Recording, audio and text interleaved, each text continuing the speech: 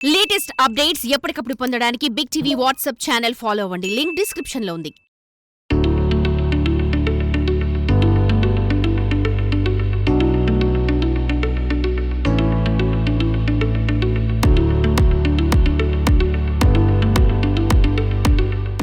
బుద్ధుడిగా మారకముందు సిద్ధార్థుడు ఓ రాజు విలాసవంతమైన జీవితాన్ని వదిలి సన్యాసిగా మారాడు. ఇప్పుడు మనం అలాంటి మరో ఆధునిక బౌద్ధ సన్యాసి గురించి తెలుసుకోబోతున్నాం. అతడు పుట్టుకతోనే సంపన్నుడు. గోల్డెన్ స్పూన్తో పుట్టాడు అనుకుంటా కదా, అంతకంటే ఎక్కువే. బాల్యమంతా లండన్లోనే జరిగింది. 8 భాషలు అనర్గళంగా మాట్లాడగల సామర్థ్యం ఉన్న వ్యక్తి. ఇతని తండ్రి మలేషియాలో అత్యంత సంపన్నులలో 3వ వ్యక్తి. ఆయన సంపద విలువ దాదాపు $5 బిలియన్, అంటే మన భారతీయ కరెన్సీలో చెప్పాలంటే 40,000 కోట్ల రూపాయలన్నమాట. మరి ఇంత పెద్ద బిలియనీర్ జీవితాన్ని వదిలి సామాన్య సన్యాసిగా ఎందుకు మారాడు? బిగ్ టీవీ అందిస్తున్న స్పెషల్ స్టోరీలో మీరు చూడండి.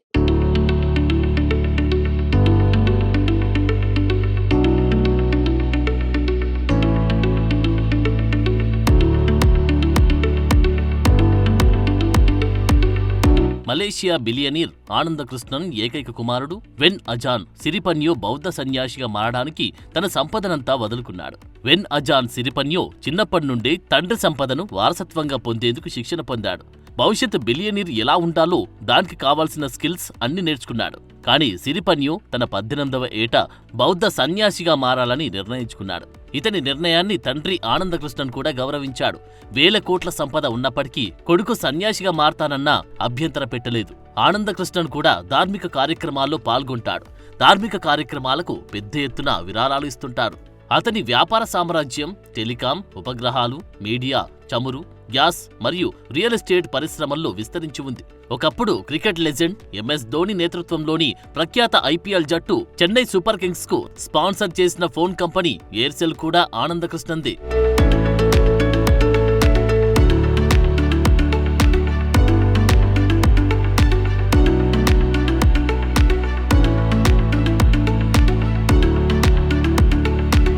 ఒక బిలియనీర్ కొడుకుగా అజాన్ సిరిపన్యో గొప్ప వ్యక్తి. అతని తల్లి మొంవా జరోంగ్సి సుప్రిందా చక్రబన్ తాయ్ రాజకుటుంబానికి చెందిన వారసురాలు. అజాన్ సిరిపన్యోకు 18 సంవత్సరాల వయసున్నప్పుడు తన తాయ్ తల్లి రాజకుటుంబానికి నివాళులర్పించడానికి థాయిలాండ్ వెళ్లారు. తన పర్యటనలో సరదాగా వినోదం కోసం సన్యాసిగా నియమితుడయ్యాడు. సరదాగా వినోదం కోసం తాత్కాలికంగా ప్రారంభమైన ఆ అనుభవం చివరికి శాశ్వతమైన బాధ్యతగా మార్పు చెందింది. అన్నిటినీ త్యజించి పూర్తిస్థాయి సన్యాసిగా మారాలన్న నిర్ణయానికి కారణమైంది. ప్రస్తుతం సిరిపన్యో మఠాధిపతిగా థాయిలాండ్, మయన్మార్ సరిహద్దుల్లో ఎక్కడో మార్మోల్న ఉన్న డిటావోదమ్ మొనస్టరీలో నివసిస్తున్నాడు. గత 20 సంవత్సరాలుగా వేరే వాళ్ళు పెట్టే భిక్షను తింటూ సన్యాసిగా జీవిస్తున్నాడు.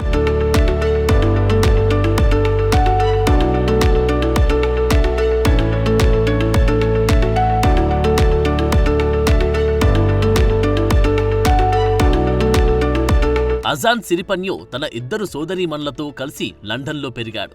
అతను యూకేలో తన చదువును పూర్తి చేశాడు. అంతేకాదు ఆంగ్లంతో సహా కనీసం 8 భాషలను మాట్లాడగలడు. అజాన్ సిరిపన్యో జీవితంలోని దృక్పథం విభిన్న సంస్కృతులను తెరిచి ఉంచింది. కాబట్టి బౌద్ధ బోధనలను సులభంగా స్వీకరించగలడు. సిరిపన్యో సన్యాసిగా జీవిస్తున్నాడు, కానీ అవసరమైనప్పుడు ప్రైవేట్ జెట్లో ప్రయాణిస్తాడు. తన తండ్రిని కలుసుకోవడానికి సమయాన్ని కేటాయిస్తాడు. బౌద్ధ మత సూత్రాలలో కుటుంబ ప్రేమ కూడా ముఖ్యమైనది. అందుకే అప్పుడప్పుడు తన తండ్రిని కలుస్తుంటాడు. పెనాంగ్ హిల్లోని ఒక ఆధ్యాత్మిక కూడికకు హాజరయ్యాడు. అది అతనికి బాగా నచ్చడంతో అతని తండ్రి కృష్ణన్ దానిని కొనుగోలు చేశాడు. ఈ విధంగా అజాన్ సిరిపన్యో ఆధునిక బౌద్ధ గురువుగా అందరినీ ఆశ్చర్యపరుస్తున్నాడు. 1000 కోట్ల సంపదలున్న అన్నిటినీ త్యజించి మనసుకు నచ్చినట్లు మారుమూల అడవుల్లో సన్యాసిగా బతుకుతున్న సిరిపన్యో గురించి మీరేమనుకుంటున్నారు? కామెంట్ రూపంలో పెట్టండి.